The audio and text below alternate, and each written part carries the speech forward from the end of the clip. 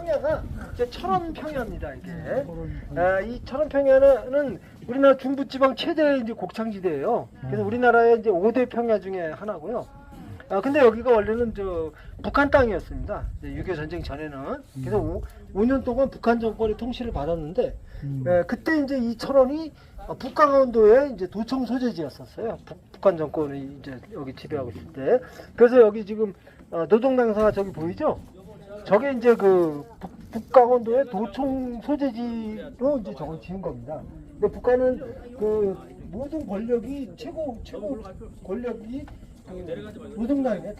당에서 정부도 수립한 거고 또 당에서 군대도 조직한 거고 그렇기 때문에 그 당이 최고의 권력 기관이에요. 그래서 뭐 행정부 최고의 수반이 이제 북한은 주석인데 우리 일단 대통령 그 주석이 벌써 죽은 지 30년이 넘었는데도 2대 주석이 없어도 나라는 아무런 혼란이 없이 잘 돌아갑니다. 왜냐하면 당은 건재하기 때문에 당이 다 조절을 하는 겁니다. 그래서 저게 말로는 이제 노동당 철원당 이제 철원당 지부인데 실제로 이제 강원도청 개념으로 이제 지어졌던 겁니다.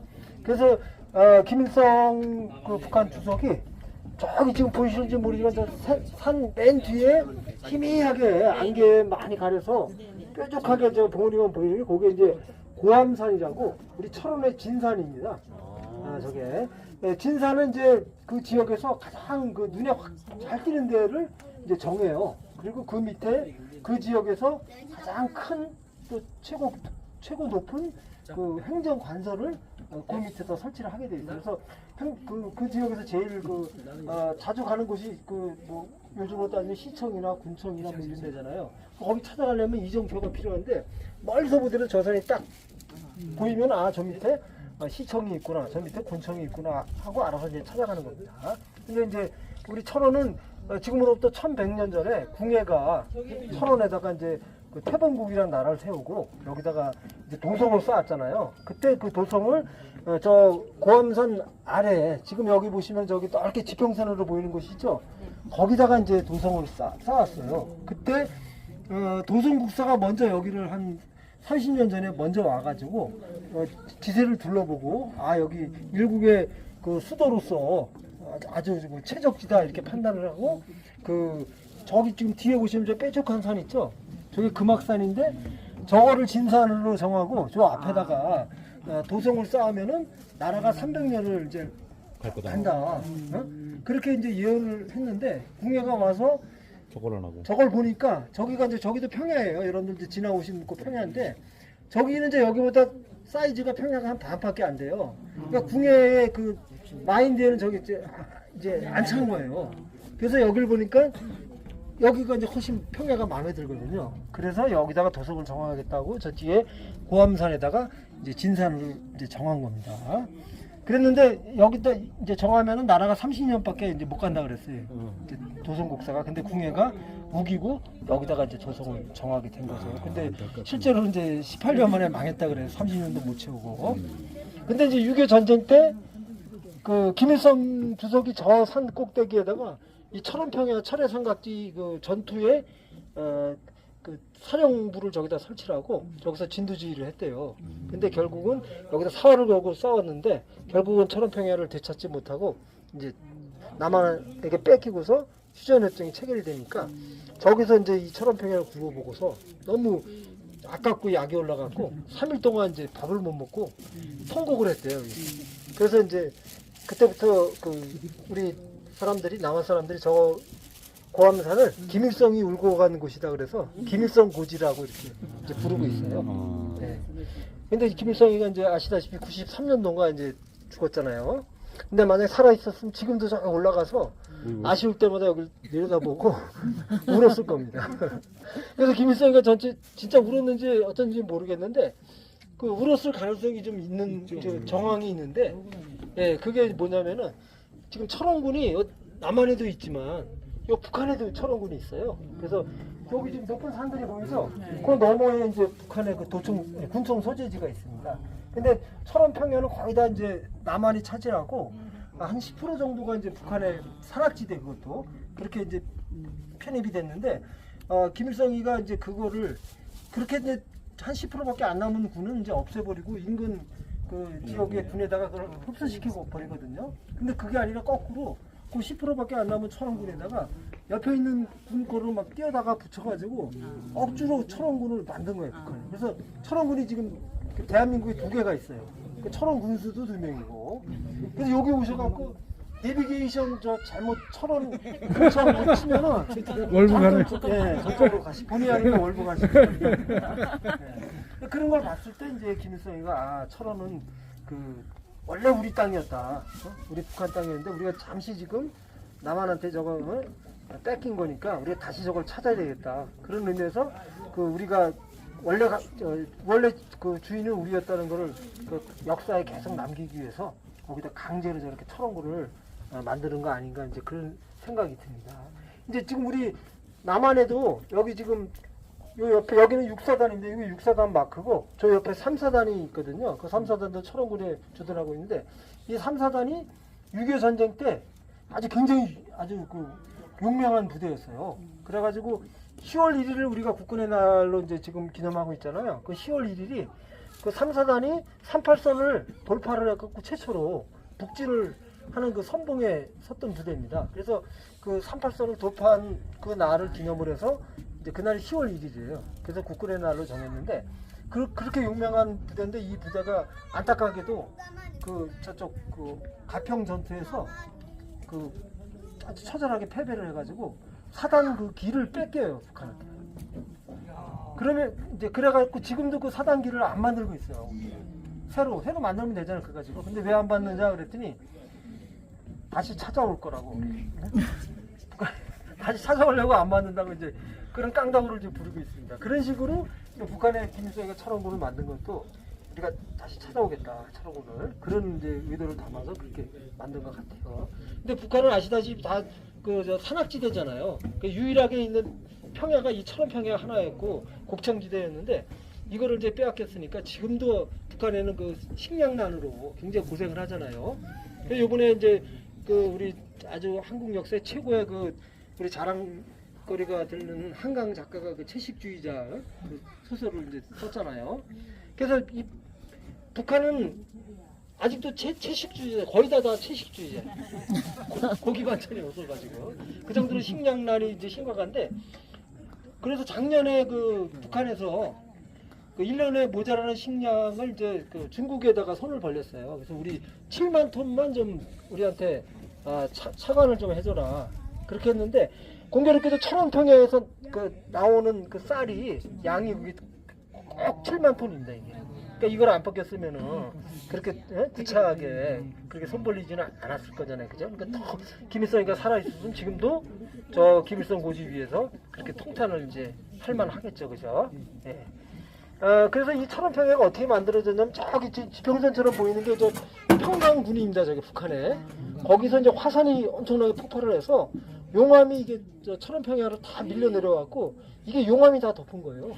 그래서 이걸 이제 지질학적으로 용암 대지라 그러는데 용암이 얼마 두께로 덮었냐면은 한 80m 정도 두께로 덮었어요. 그래서 여기를 저거 그 지하수 개발하는 그 지하수 시추 공으로 뚫어보면 그 80m까지 용암이 굳어서 만들어진 그 현무암이 나오고 여러분들 주상절리 아까 보셨잖아요.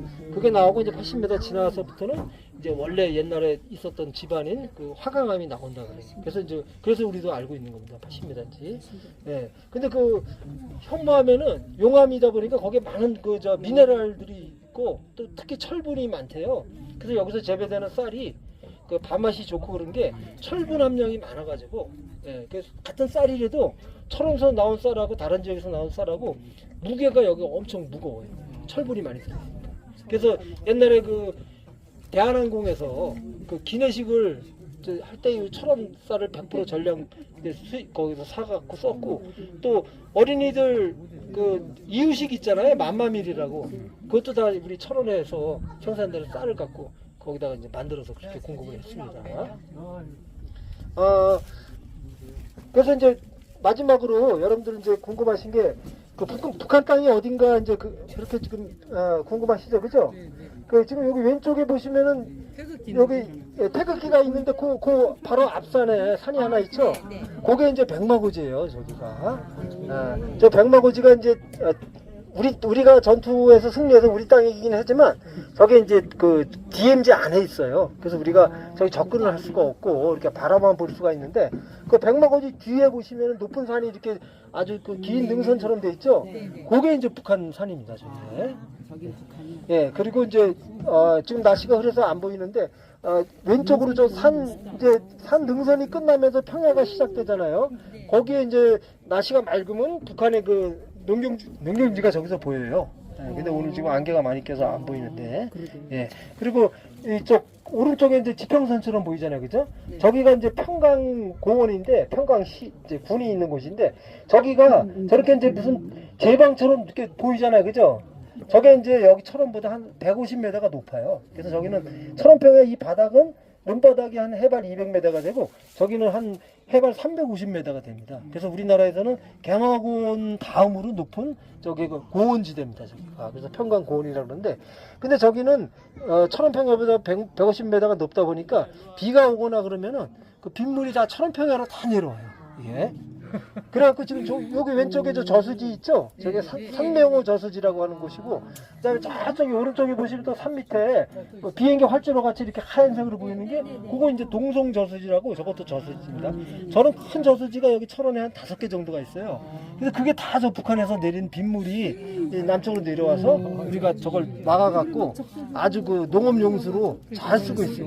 네. 이래저래 열받겠네. 그래서 우리 철원 5대 쌀이 유명하잖아요. 그죠? 그 쌀에 한 반은 저 평강 고원이 재배하는 거라고 생각하시면 돼요. 왜 물이 없으면은 아무리 좋은 쌀을 어떻게 재배를 해요? 근데 그 평강 고원이 우리 철원한테는 굉장히 아주 고마운 역할을 이제 하고 있습니다. 예, 그리고 이제 여기가 중부 지방 최대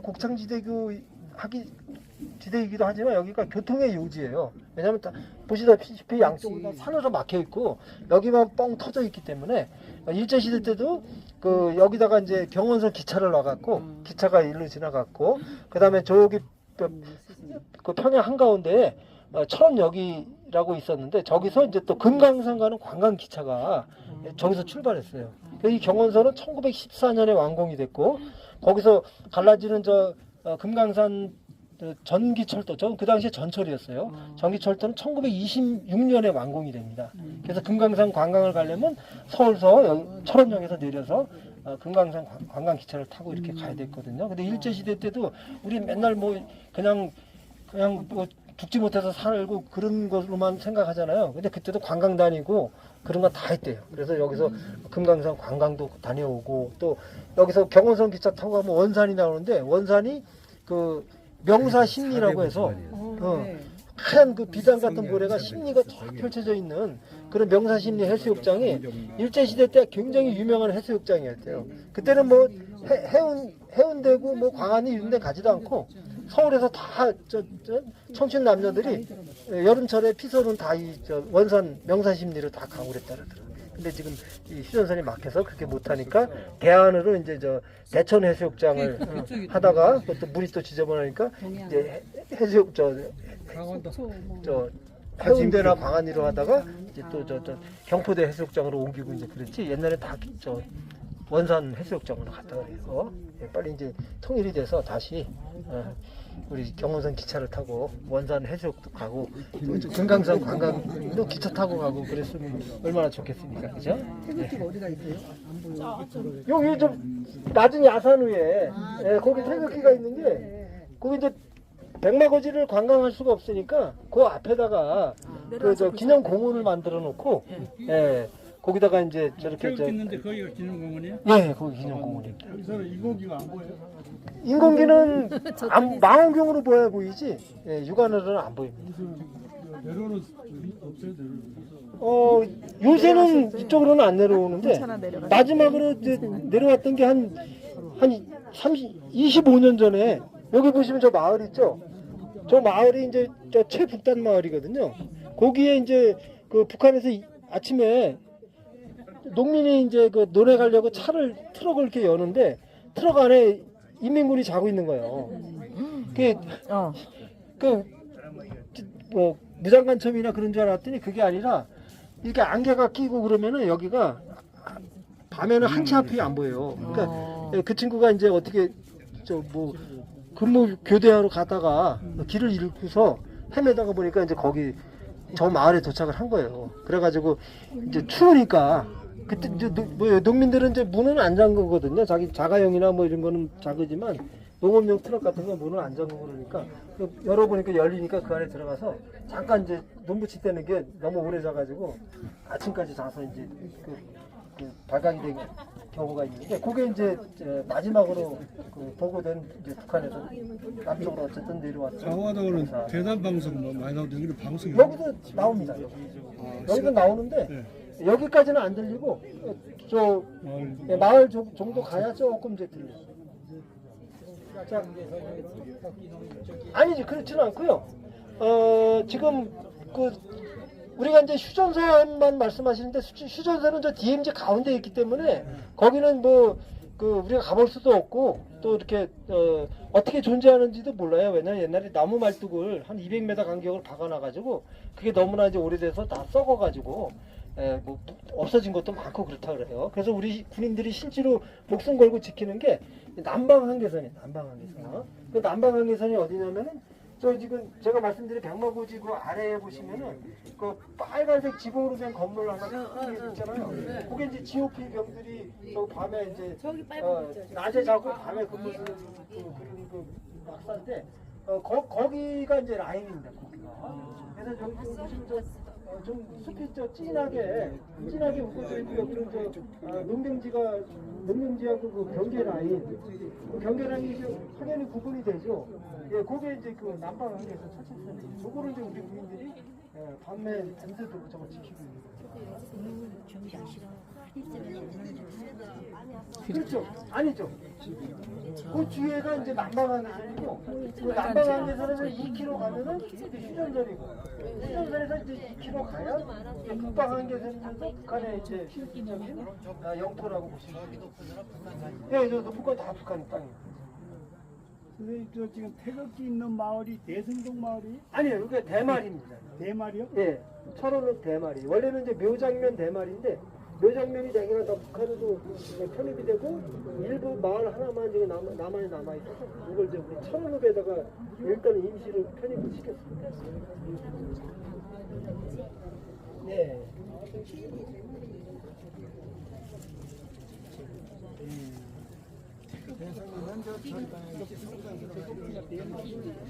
꼭 먹어야 된다.